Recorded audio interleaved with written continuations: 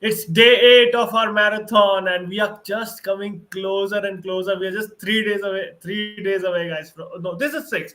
Okay, so 3 days away from the Cricket World Cup. We wait for 4 years, and then this event comes, and there's a buzz. There's a buzz in our country because we are hosting it, but there's a buzz around the world because the 10 teams that are taking part in it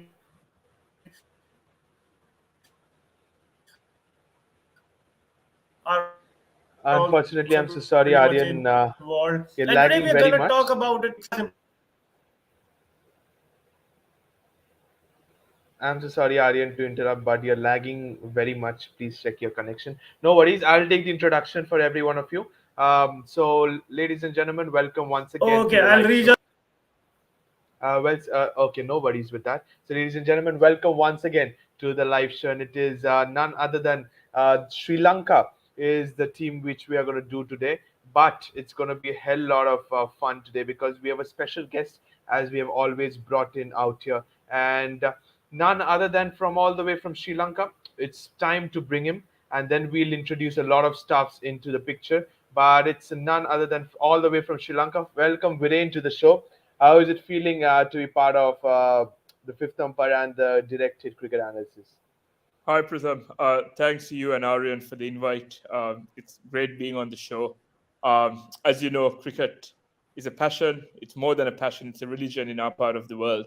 And every 4 years, you have what I consider the pinnacle of the sport in the 50 over World Cup.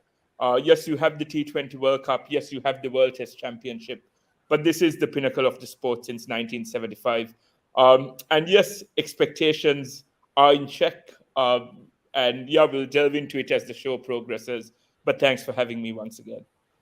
No worries with that. And as the show goes on, Aryan, once again, welcome back. It feels wonderful to have some local lads from all the way from Sri Lanka. We'll not waste much of a time. Our Viren is super excited to get the show ongoing, and we'll straight away go to the squad for the day. Aryan, I hope you can take it over.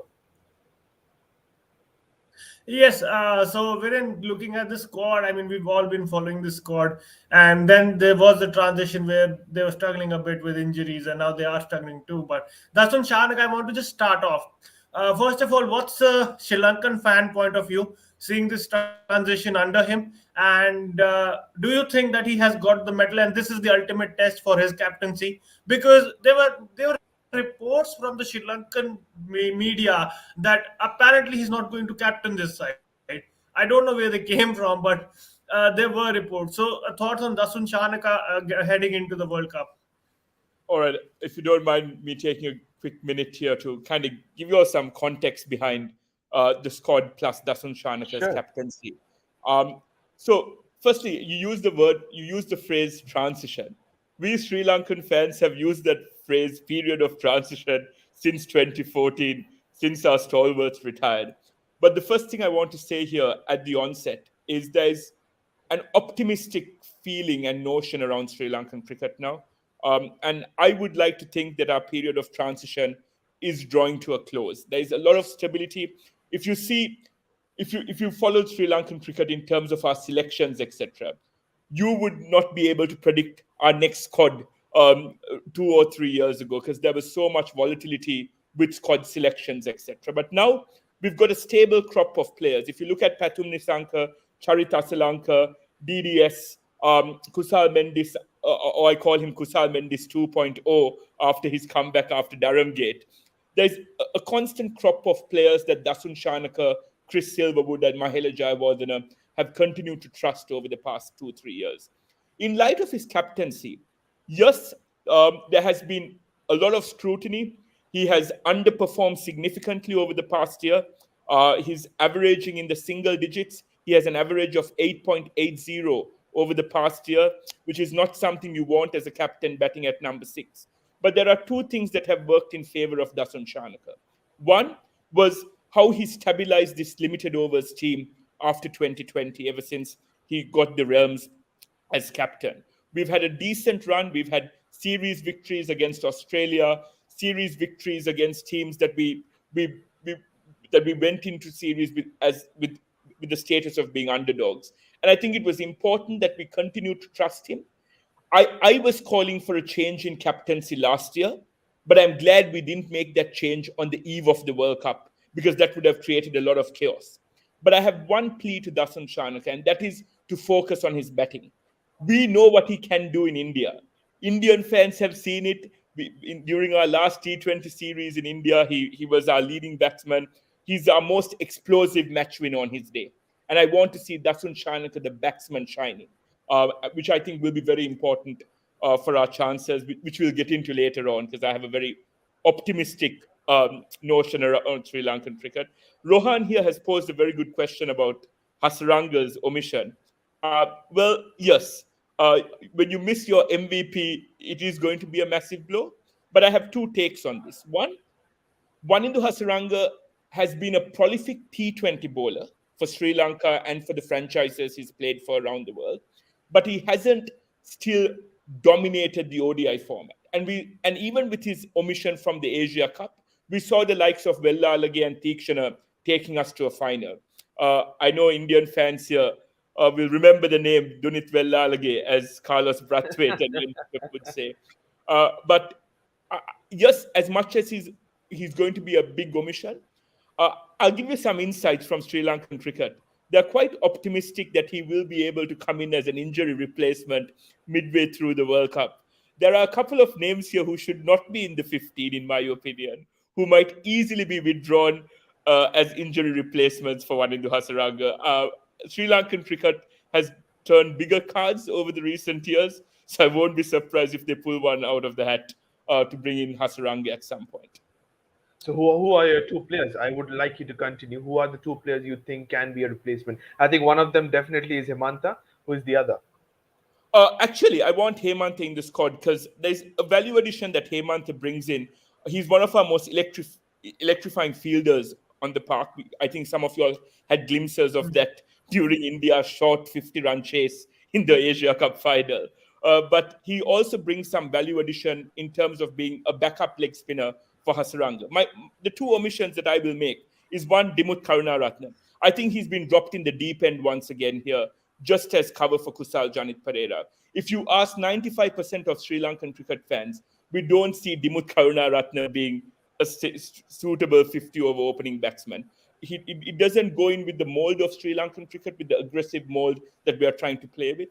And maybe the second player is, and this is something that's left for debate, is maybe someone like a Kasun Rajitha, who I don't see featuring too much in our playing 11. Because my backup seamer would definitely be someone like Lahiru Kumara to partner up with Matisha Patirana and Dilshan Madhushankar. So there are spots here that are quite vulnerable. Yeah. Definitely. And Yep. just like you said before, because we don't have much discussions looking the squad because it's the same core that was picked for the Asia Cup. Is some additions just like Madhushankar and Lahiru Kamara are coming into the squad. Before we move on to the next slide, Viren, just one question. Adding to your point about Dasun Shanaka, we had listened to some of the Sri Lankan experts saying that he's under bowling himself. Do you want the bowler of Shanaka to also be more just like he brought up himself in international cricket?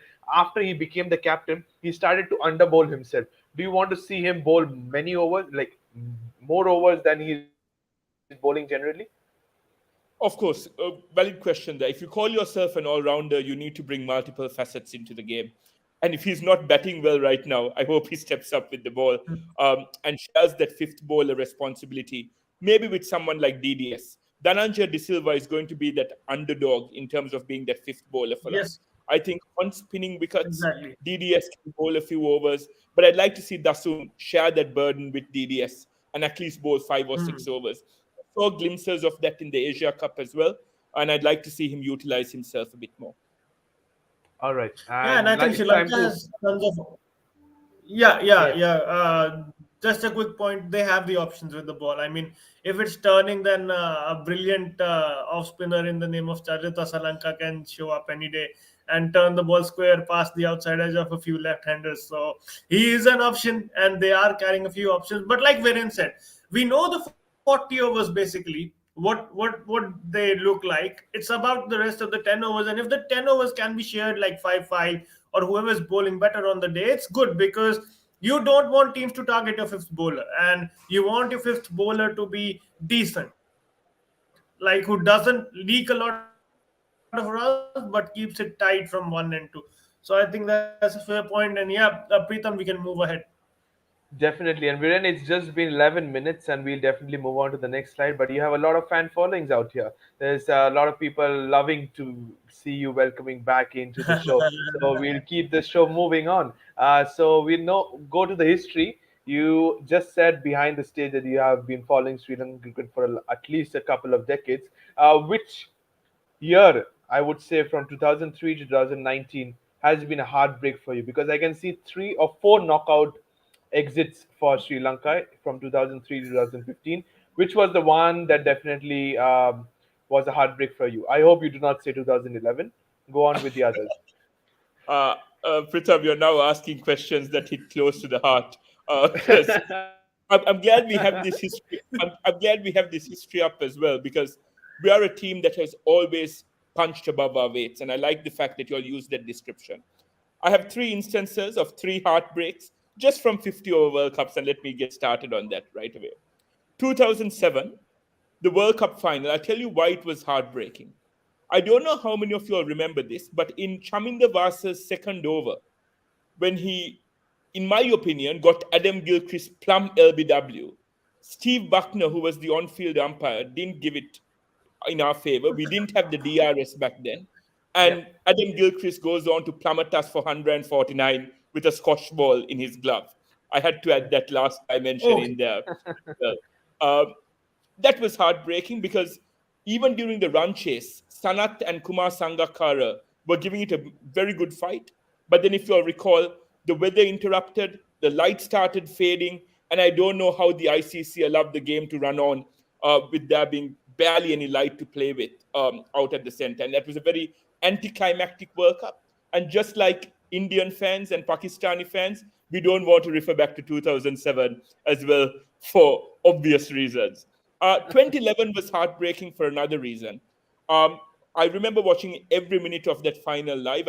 I followed the team. I went to Kettarama to watch the semi-final, quarter-final, all the matches in Sri Lanka. And then when we watched the final in Wankhede, 275 in a World Cup final is a score I will take day in, day out. And yeah. seeing Mahela Jayawardena's century, the way Tisira Pereira and Nuwan Kulasekara finished off that innings, we thought it was a match-winning score.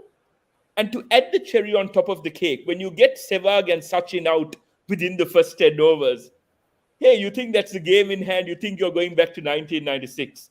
But out came the likes of Gautam Gambhir, Virat Kohli, MS Dhoni to take the game away from us. I don't know why Kulasekara had to deliver a juicy half volley for Dhoni to finish it off with a helicopter six. I don't know why he couldn't just finish it off with a single. But yeah, those were 2 heartbreaking instances. And the final one, for emotive reasons, was 2015, the quarterfinal loss against South Africa, which ended up being Mahela and Sanga's swan song in World Cups. And if you all remember, if you all recall correctly, this was after Sanga's 4 consecutive hundreds on the trot Yeah. in that World Cup. We all thought he'll take Yeah. us to a semi-final or a final. So that was heartbreaking. So yes, we've had, since 1996, we've had quite a few heartbreaks with World Cups. Definitely. And Yeah, but also like the fact is that 2011, 2015, 2007 all were like very close yet so far for you guys.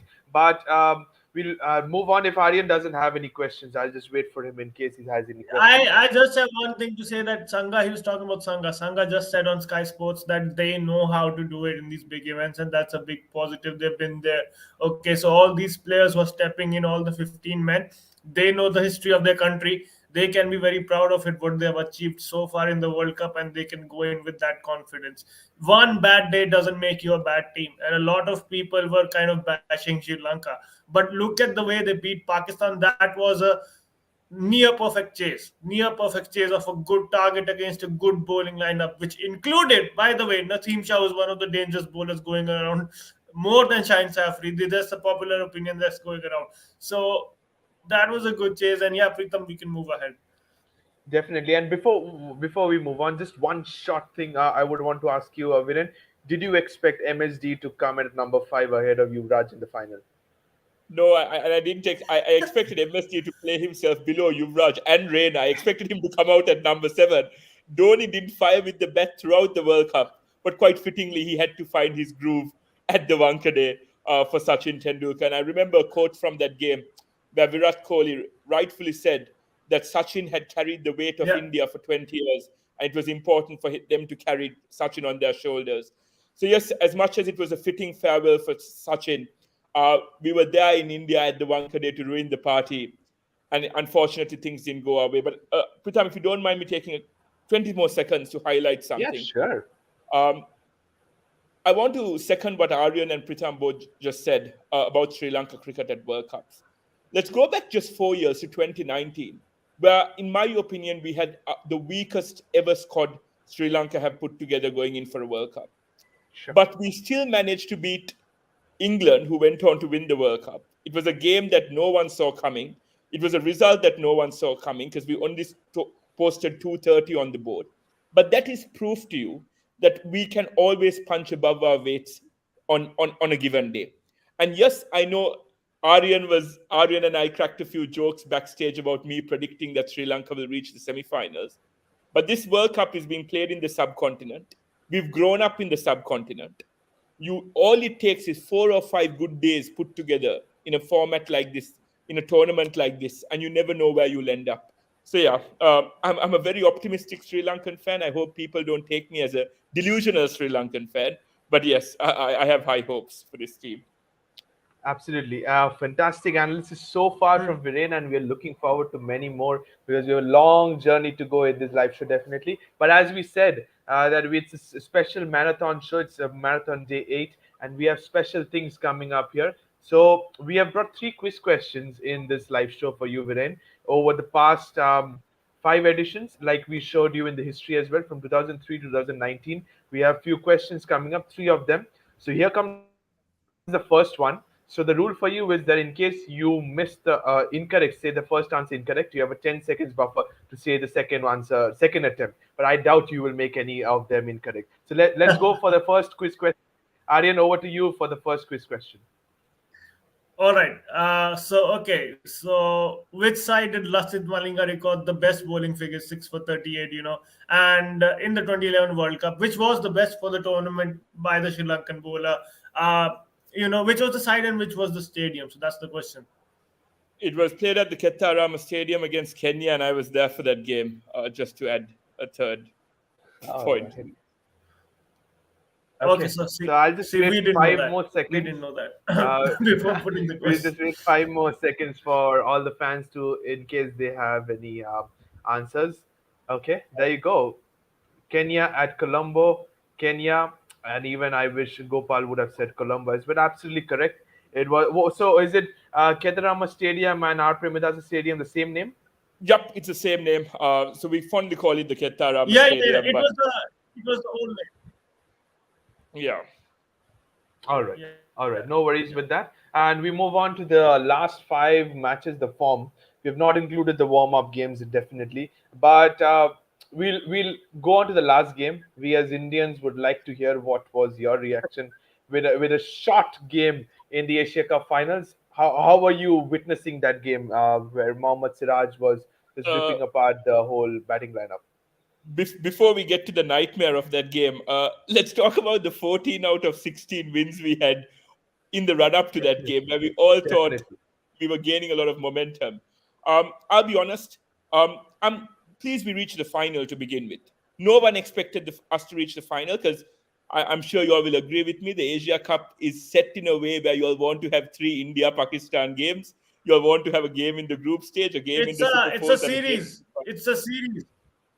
It's a.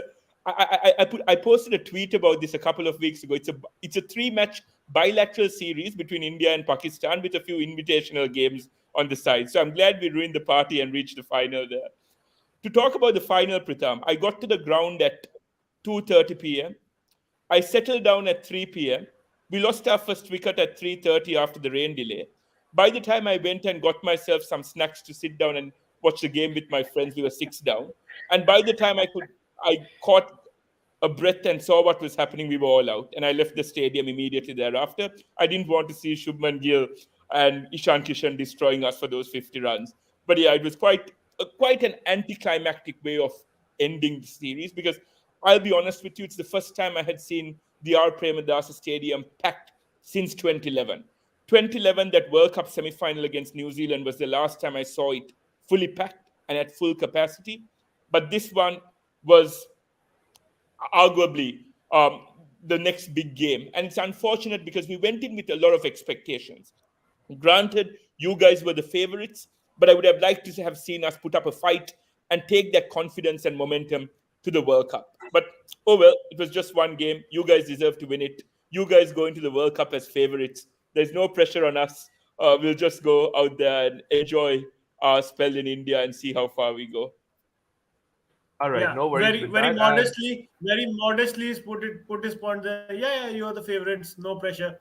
It's a host World Cup. You're going to win it. Yeah, so it's the thing. And as you said, I mean to mention it. Okay, that Pakistan game Sri Lanka played well, but the crowd had a lot of role to make Sri Lanka win that game. You could literally hear them, pumping the team up. The music was blasting, and they had a good role. And they turned up, man. They turned up. So kudos to the And, Colombo and crowd. They Aryan, turned up. we got back home at 2:30 a.m. from the R. Premadasa Stadium that night against Pakistan. And I'll give you all some context. We needed 9 to win off 10 balls and 5 wickets remaining. And for a minute, I thought we were going to pull off a great Sri Lankan collapse again. From requiring 9 to win off 10 balls with 5 wickets remaining, we collapsed and needed 6 off 2 balls, and then Charika Salanka did the rest. So, yeah, that was a good game. Absolutely. And we move on, Viren. Before that, many of them are rating that this is one of the best sessions in the World Cup in our marathon. Great guest we're having. Thank you so much, Viren, for making this marathon look top notch. And we move on to the second trivia question that's coming up for you and for all the fans out here in the session. Let's go on. And Aryan, it's over to you for the second one. Okay, before I go to this question, man, we need to keep a different section for this guy and Rohan, because we've taken on the wrong people for a quiz. So it seems like. But anyways, Sri Lanka secured the memorable victory, which he already mentioned about that win predictor, guys. Remember that win predictor, what it was showing, and what was the result. So take motivation from that. Anyone who's losing a game, and then the venue within, I guess. So that's the question. What was the venue of the famous win? I hate to say this, but I had tickets for that game, but this was immediately after the Easter Sunday attacks. So my parents wanted me back in Sri Lanka. This was at Leeds, Headingley. It was at Leeds. Thoroughly enjoyed that game. That was the only game that we properly enjoyed watching in that 2019 World Cup. But yeah, it was Malinga's last significant display for Sri Lanka. And yeah, it was a good send-off for him as well, since we were talking about send-offs earlier. Absolutely, and Deepu says it's 96% England to 4% Sri Lanka while the chase began. And it's not just you; it's everyone out here. Deepu says Leeds. Rohan says Leeds. Gopal says Leeds. Stephen says R. Premadasa. Unfortunately, not. It is not at the Sri Lanka. Leeds, one of the most memorable match. Absolutely, win percentage. Malinga, brilliant performance in that match. I think he picked a hat trick as well, right? He picked up 3 wickets in an over. Yes, nearly missed out on the hat trick. And I like how you all brought up the win predictor, because I actually have a screenshot which I was trying to pull up for you guys to actually see the screenshot, but I can't find it now. I hope I'll share it later. The win predictor at a particular point was 99% to England, 1% to Sri Lanka. Hopefully, if I pull that up, I'll show it to you guys later on. No problem with that. So it's great going out here. We move on to the fixtures on at India, and We it's a love memorable. this. We love this slide, to be very honest, because there's a lot of debates coming into this. But the first thing I would say is I am looking forward to 2nd of November. India was Sri Lanka. Once again, flashback of 2011 final. But straight Ah! away to you. Straight over to you, Viren. Which one are you most eagerly waiting to watch, and which is the game you're most fearing with? These are Okay. my two questions. The game that will give me nightmares from 2 months ahead of the World Cup will definitely be the game on the 2nd of November. It had to be at the Wankhede again. And maybe this time Hardik Pandya hits a helicopter six to finish the game off. We'll come back to that later on. But looking at this schedule, I'll make the realistic expectations first. There are 3 games here that we have to win with no hesitancy and with no vulnerabilities if we want to stand any chance of reaching the semi-finals.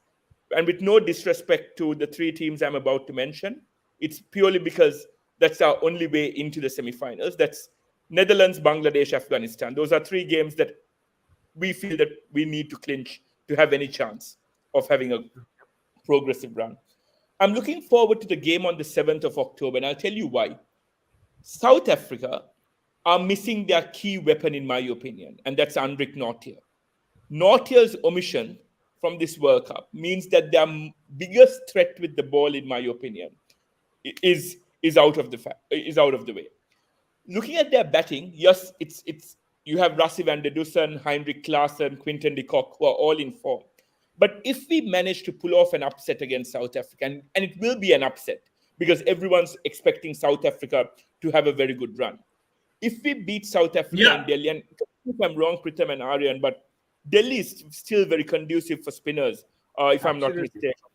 And absolutely. I think if Vellalage and Theekshana get their act together with DDS, we have a chance against South Africa.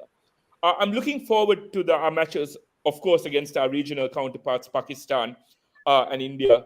But it'll be nice to face England and Australia as well. Um, I know it's going to be tough. I know it's a tough schedule. All teams have very tough schedules. But I have a strong feeling that against teams like South Africa, New Zealand, who have not been historically good teams in the subcontinent, we might be able to upset 1 or 2 of them, and that's all it takes if those other 3 matches go our way for us to have a shot at reaching the semis.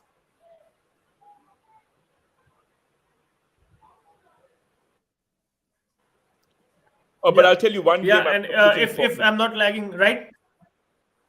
Sorry, if there's one game that I'm not looking forward to, and that's facing the likes of Livingston, Stokes, and Butler at Bengaluru at the Chinnaswamy. Nah, that's not something I'm looking forward to. All right, Aryan, Yeah, over to you. am I audible? Pritham, am I audible, Yes, yes, right? I'm absolutely. audible, right? Yep. Okay, I'm going to tell a very, very bold opinion because I followed this Lucknow pitch very closely during this IPL and I was not happy with it. Only thing that made me happy is because we went there and beat these guys. The pitch is going to suit Sri Lanka so much. Australia is not going to know what hit them in a day's light, and it's going to be over like that. That's the prediction I'm making right now because they can put you water or they can put you soil and they can tell you to walk on it. You don't know what they are going to give you.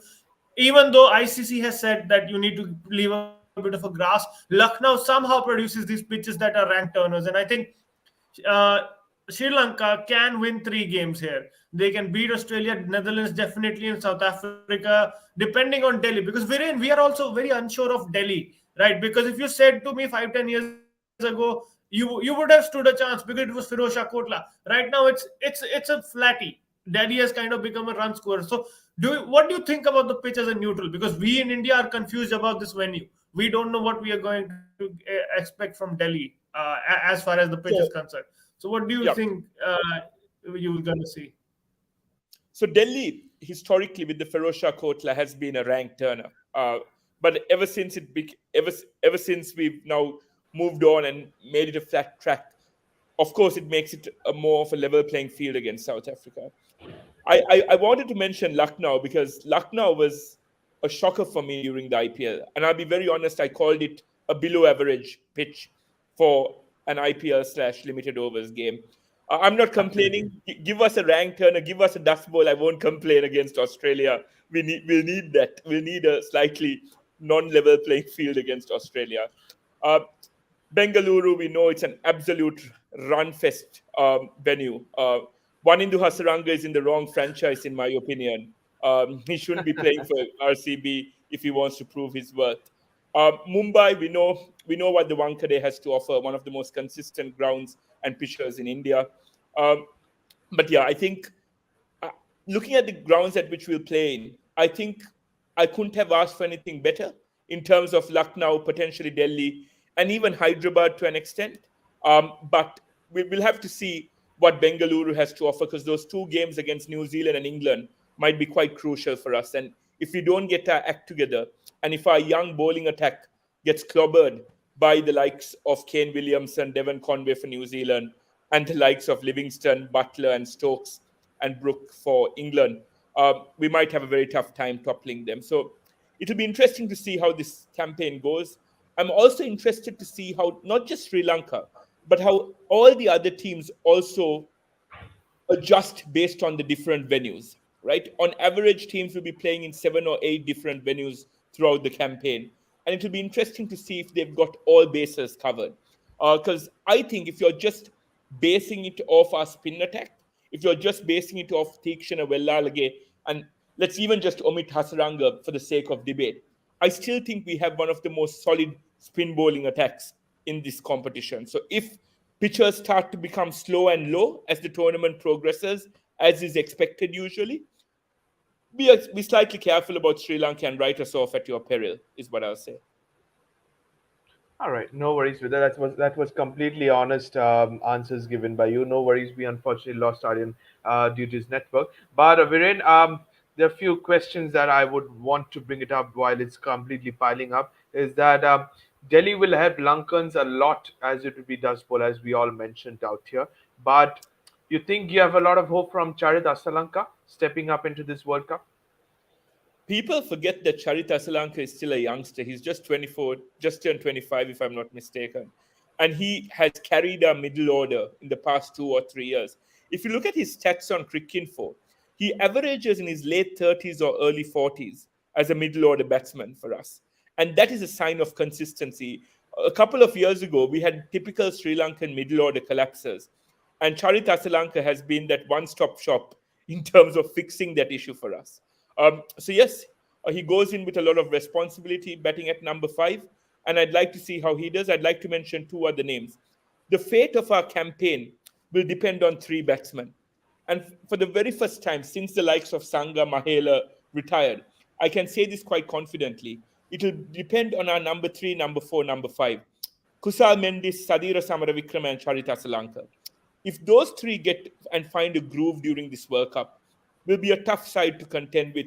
And if Dasun Chanaka finds his mojo batting at number 7, that's all I could ask for as a Sri Lankan fan.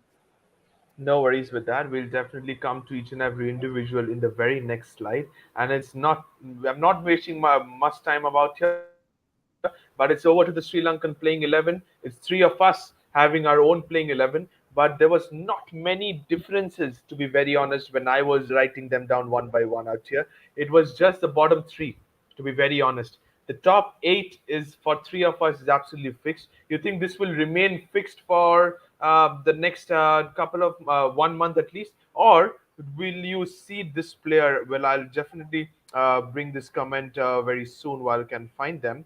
But you can speak about this playing 11, the top 8 at least. Yeah.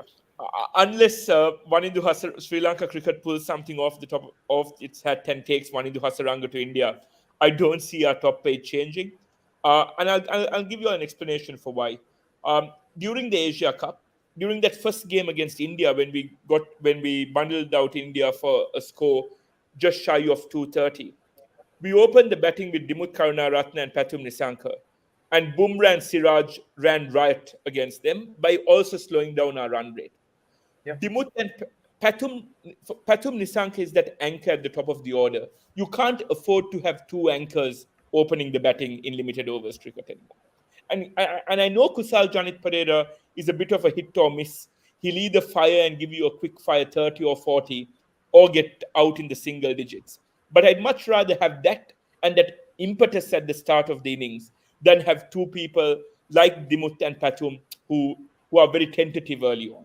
I think our top 3, 4, and 5, all three of us have agreed on 3, 4, and 5 with Kusal, Sadira, and Charit. I think the that's going to be the core element of Sri Lanka's chances in this World Cup. If 3, 4, and 5 are stable, I think we've got a good shot.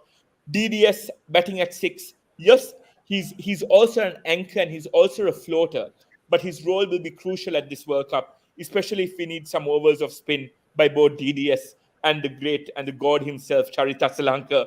If we need those overs in there, we need DDS at 6. We've all spoken about how important it is for Dasun Shanaka, the batsman, and Dasun Shanaka, the bowler, to step up, batting at number 7. The great Vellalage himself, I see an IPL contract coming his way next year, but we'll talk about it later on as we preview the IPL next year. But Vellalage batting at 8 will shoulder a lot of responsibility as the second spinner. Teekshaner's experience playing on these pitches in India will be very crucial to us. He's had 2 seasons with CSK, 2 very successful seasons, and it will be important to see how he fares. The reason and this is the surprise here. Aryan, you've gone with Matisha Patirana. I want to use Patirana as a trump card, as a surprise package of sorts during the World Cup. All of you know about Sri Lanka's fast bowling injury crisis. We are missing Dushmantha Chamira. We are missing a lot of our fast bowlers who are plagued by injuries. I'll be very honest with you. I don't think any of our fast bowlers can play all 9 games. And that is where man management comes in. And I will use Matisha Patirana as a bit of a trump card. Dilshan Madhushankar. Virat Kohli fans will have nightmares about Dilshan Madhushankar after last year's Asia Cup, where he was clean bowled for a where he was clean bowled for a duck. Dilshan Madhushankar will be our trump card with the ball.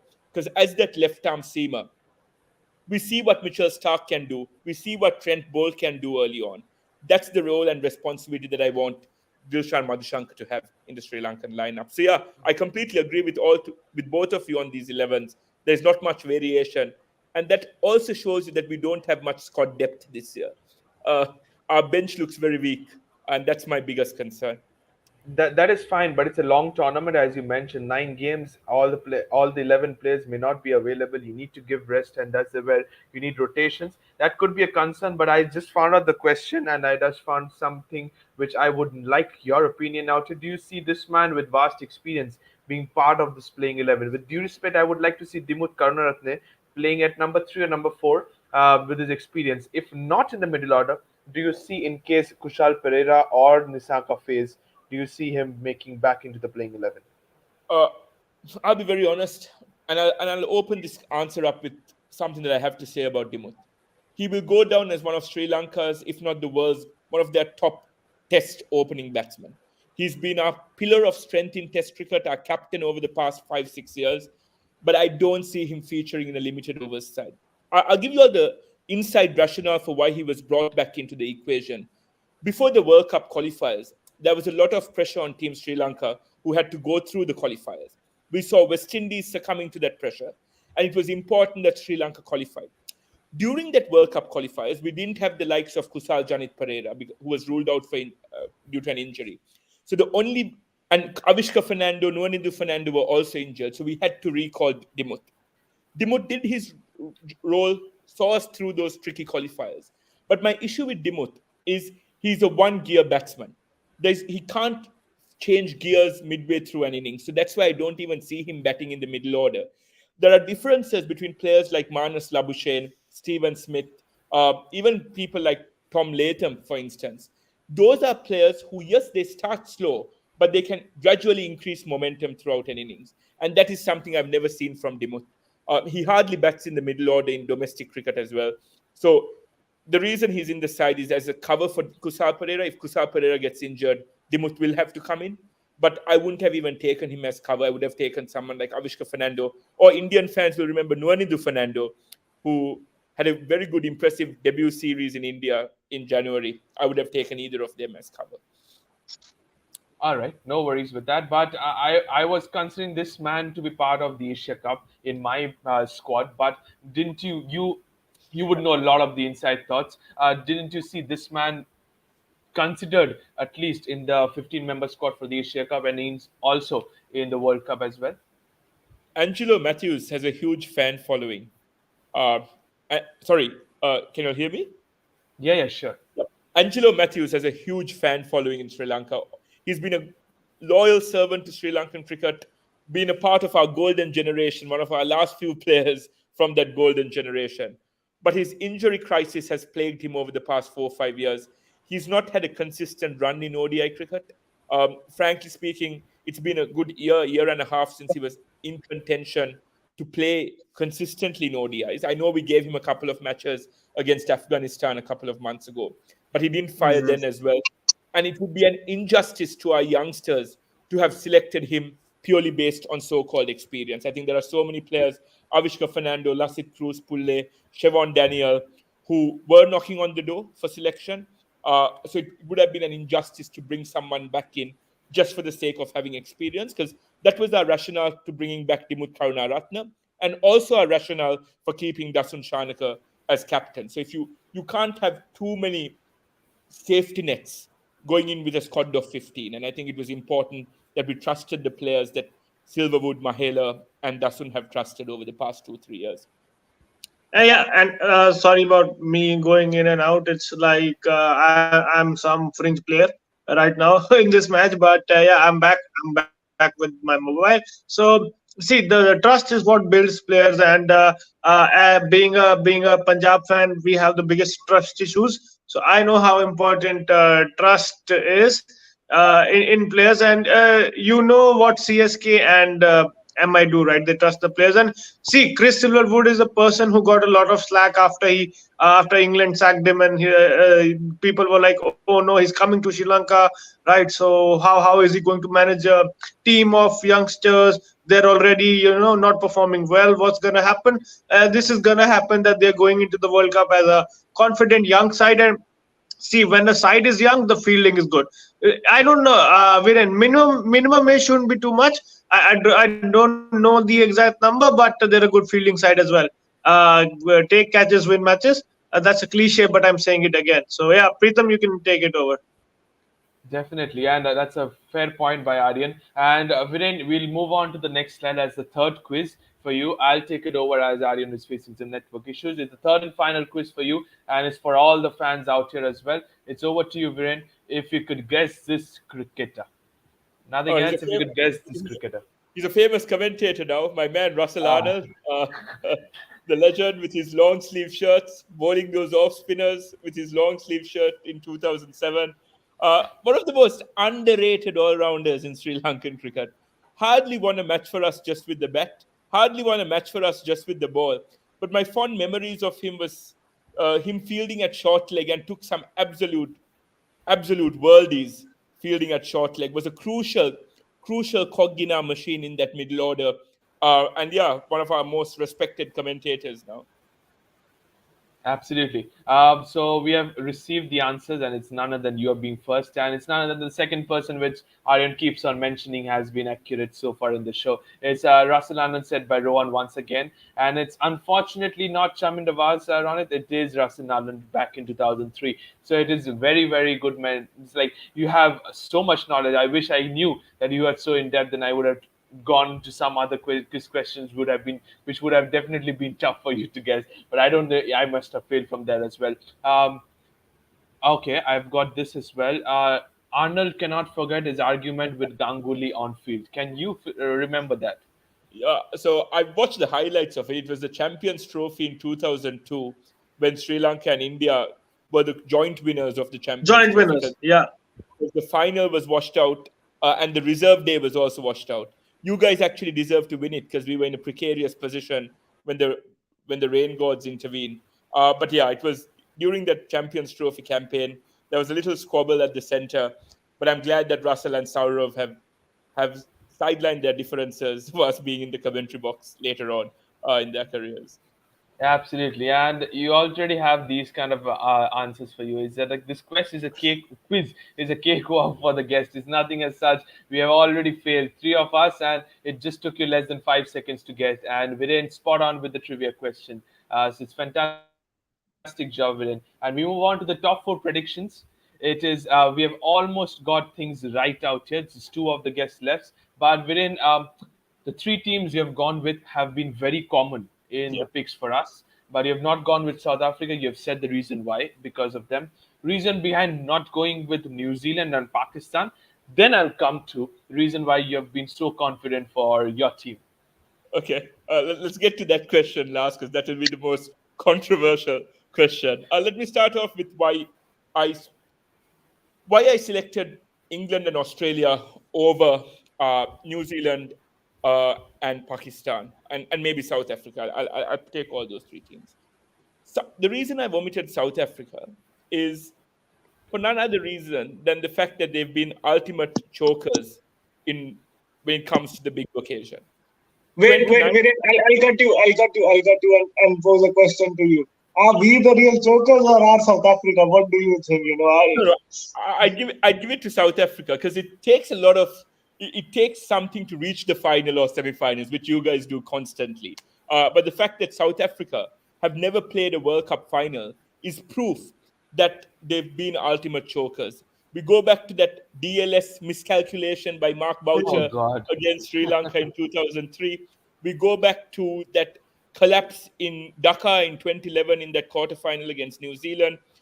We go back to that unfortunate rain affected 2015 semi final in New Zealand when Grant Elliott shone and took New Zealand over the line. And then to that disastrous campaign in 2019, where they lost to Bangladesh, lost to West, lost to teams that they shouldn't have lost to. I don't see them sustaining any momentum over the course of this lengthy World Cup.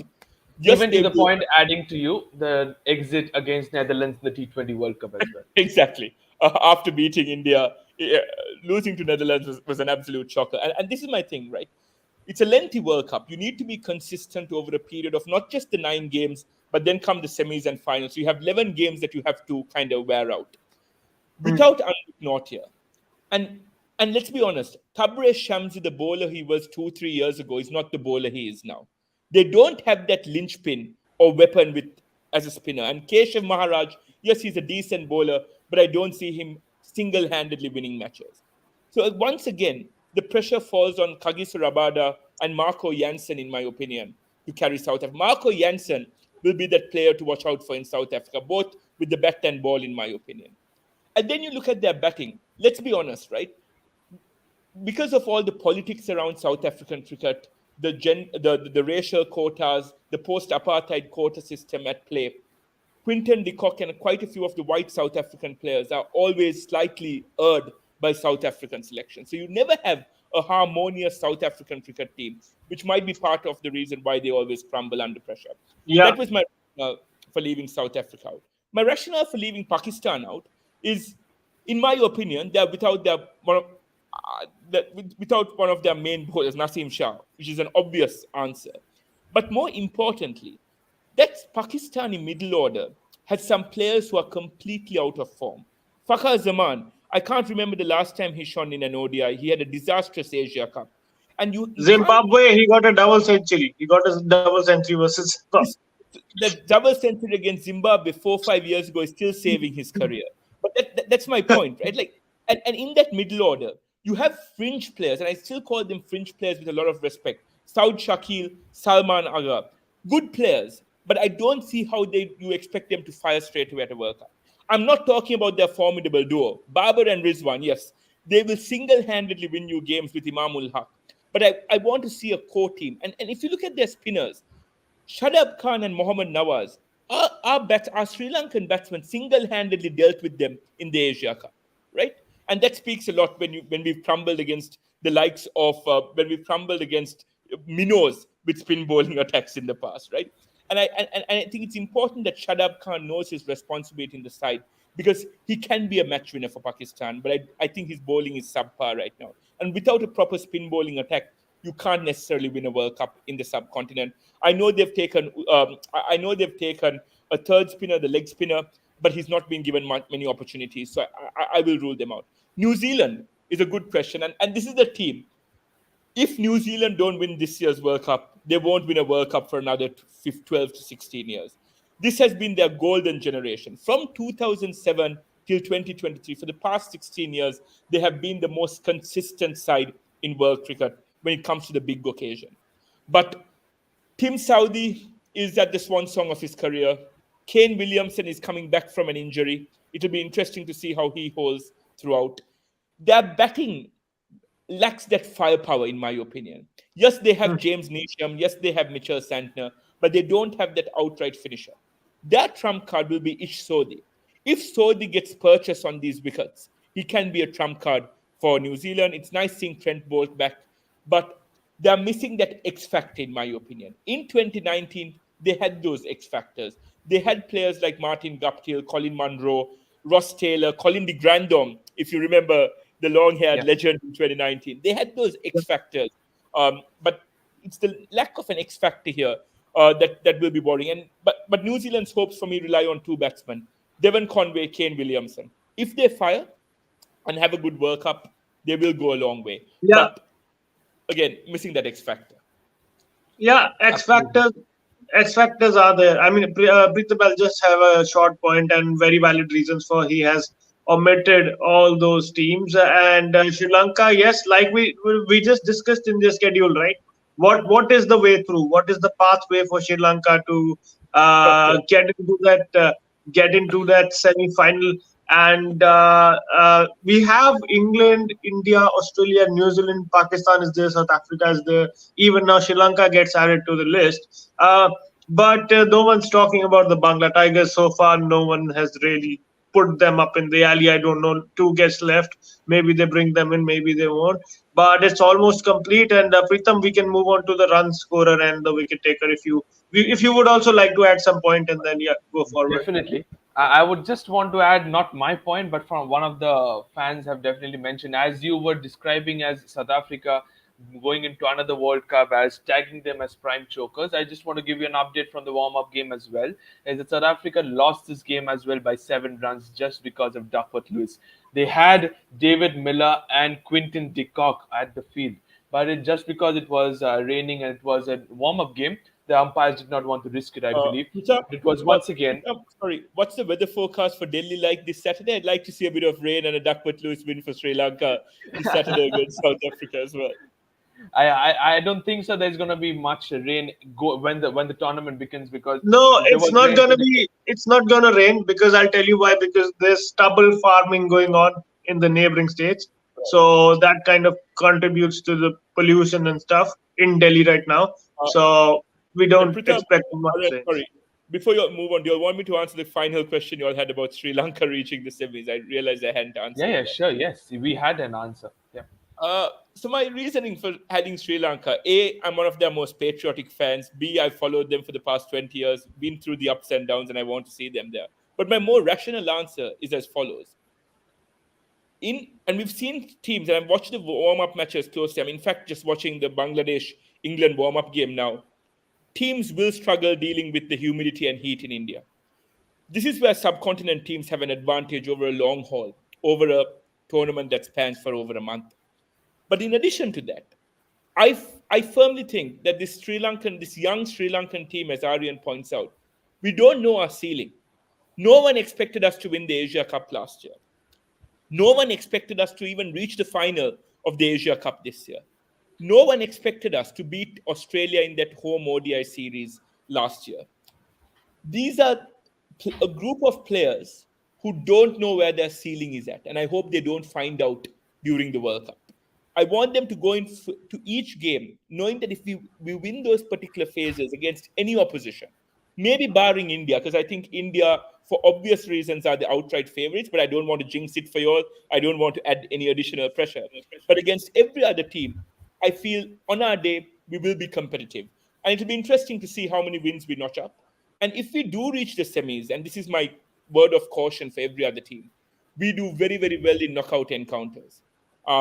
So write us off at your peril if we do reach the semis. I will come back to this video and gloat about this outlandish prediction if we do reach the semis. I don't care if India trash us in the semis as long as we reach the semis in any way, shape, or form. But yes, that is my outlandish left field prediction. No worries with that. Thank you so much for mentioning Sri Lanka in the semis and giving us a reason why you selected Sri Lanka. And we'll move on to the leading run scorers and wicket takers. Once again, it's that common man, the common batsman, which most of us have predicted out here. The reason why you've gone with Shubman Gill and no other player is what I would want to hear from you, Viren. And then also somebody who has, you mentioned Naseem Shah not being part of the squad has literally broken the pace attack of Pakistan. Yet you have gone with Haris Rauf ahead of all others. Your two picks and the reason why. So Shubman Gill, and I hope Indian fans are happy with me saying this, he's a generational talent. You all have had Sachin Tendulkar, you all have Virat Kohli now, you will have Shubman Gill in 3 or 4 years. That's the caliber I already see him at. A match winner, day in, day out, one of the most stylish openers I've ever seen, and that's saying something. I loved watching Shubman Gill bat. I've loved watching him bat live at our Premadasa Stadium a couple of weeks ago, and I'd love to see him bat day in, day out. Very stylish on the, and I think this is going to be his breakout World Cup. In a couple of years, we will think back to the 2023 World Cup as Shubman Gill's World Cup. And I think that will be, if Shubman Gill delivers during this World Cup, it will be India's for the taking. And I don't see much competition, to be fair. I don't see there being stiff competition for that leading run scorer position. But on the other hand, if Shubman Gill succumbs to pressure and doesn't have a good World Cup, all of India's plans, which revolve around Shubman Gill and Rohit Sharma opening, kind of come under question. So I don't think he can afford to fail, is also one reason why I have him in here. Moving on to Haris Rauf, a left field call, some might say. But in my opinion, and this was backed up by his performances in the Asia Cup, he is Pakistan's most lethal bowler. I don't think there's anyone else in the World Cup this year, maybe barring Lockie Ferguson, who can constantly bowl at 145, 150 for a majority of their 60 deliveries. And if Haris Rauf remains injury-free, which is my biggest concern, and if he can complement Shaheen Shah Afridi, I think he'll have a very, very good World Cup. But it'll boil down to injuries. I want to mention one other name here, and I think I mentioned it a tad earlier. If New Zealand has a good run, Ish Sodhi might be my left field pick. Because if it's a subcontinental World Cup, it'll be a tad naive to not pick a spinner in there. And which is why I see a few other guests going with Kuldeep and Adam Zampa for that simple reason. But I'll add a third name in there in Ish Sodhi to kind of back my claim on spinners being a success. Apo? All right. No worries with that. And we'll move on to the final picks. No, and there's no brainers with that. But I want to know the reason why you've gone with the team whom we both definitely will pick. Have you gone with the non-jinx of the home team will definitely win the World Cup? If that is, then thank you so much for that. But I want to know the reason also for you picking India. First off, I need to give a mention to our Coach Aruna. Thank you for tuning in. Yeah. I was just gonna say that. Thank you, Coach, for joining and taking your time out. Yeah, Viren, go ahead. He's been a pillar of strength for the cricket analyst. So thank you, Coach, for joining in. To answer your question, Pritha, if you all don't win a World Cup, if you all don't win this World Cup, knowing the power that the BCCI holds, we might not have another ODI World Cup in 4 years. So I wanted to have self-preservation in there to retain the format by having India as favorites. But three more reasons. Maybe for the first time in a very long time, and this is where I give credit to Rahul Dravid, Virat Kohli, and the previous regime, you all have a lethal pace bowling attack. India has historically never been known to have a lethal pace bowling attack. But you all had Zahir Khan, the Venkatesh Prasads, the Javagal Srinaths. Yes, you all had good fast bowlers, but you all never had a lethal fast bowling opening combination like Mohammad Siraj and Bumrah. If Bumrah and Siraj remain injury-free, and that's a big gift there from Bumrah, but I sincerely hope for India's sake that he remains injury-free, you all will have teams 3 or 4 down in the power play in those conditions, and that's a guarantee. if you all can back it up with Kuldeep Yadav's resurgence, he's come back a completely different bowler. He's a resurgent bowler now. With him and Ravindra Jadeja backing up the spin court, the pace bowlers with their 20 overs as well. That's a lethal 40 overs covered, and then you have Hardik Pandya, etc., who can cover in as the fifth bowler. And I think that is where India's strength lies with their bowling. And we all know about their batting wonders, Shubman Gill, Rohit Sharma, Virat Kohli. Everything is stacked up in India's favor. But I'll tell you two things that will undermine India's chances at this World Cup. One is if Rohit Sharma or Virat Kohli underperforms during the World Cup and has a consistent bad run, that will be a tad worrying. And two, I hope people don't start overly relying on Surya Kumar Yadav. He's an exceptional T20 talent, but I still won't put him up there in terms of being an ODI specialist. And I sincerely hope that like Kishan and Rahul are given the nod over Surya Kumar Yadav, because Kishan and Rahul play a very important role in that middle order, like we saw against Pakistan at Kettarama when KL Rahul and Virat Kohli had that mammoth partnership. So yeah, you all are the favourites on paper. India have been favourites on paper in previous World Cup editions as well. But sincerely, for your sake, I hope they have a good run. Because for the past, when was the last time you all won an ICC event? In 2013, the Champions Trophy in 2013. Champions Trophy. Yeah. You all have been the most consistent team for the past 10 years. And it will be a shame to not have an ICC medal around your necks to prove that. But I have to say one thing. As a Sri Lankan fan, I wouldn't want that to happen. But you all deserve to clinch it above everyone else. No, thank you for that. Thank you for that. And see, I will just confirm a few facts that Viren is saying that after a long time, Viren, you have also followed us to the T, right? There was Sachin Tendulkar. There was a time when he got out, we switched off our TVs and went off. There was a time in the death overs when Dhoni got out and we switched off our TVs. There was a time when Virat Kohli is such a key wicket that if you get him, and that is when Rohit Sharma used to blow hot and cold, right? He wasn't the double century man. And then we used to switch off our TV. But with the addition of Shubman Gill, we know that if by any game in the 9 games that we are going to play, Rohit and Virat don't get the runs, we have someone. Remember that Bangladesh game? That wasn't too long ago. He single-handedly pushed us through.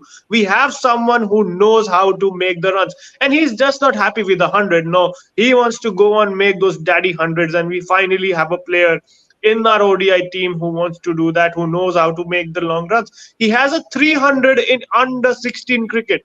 300 in under 16, which is crazy by itself. So Shubman Gill, and yes, as you said, we are looking very relaxed, and Sky is not going to get many games. Preetham, before you move on, do you think he's going to get many games?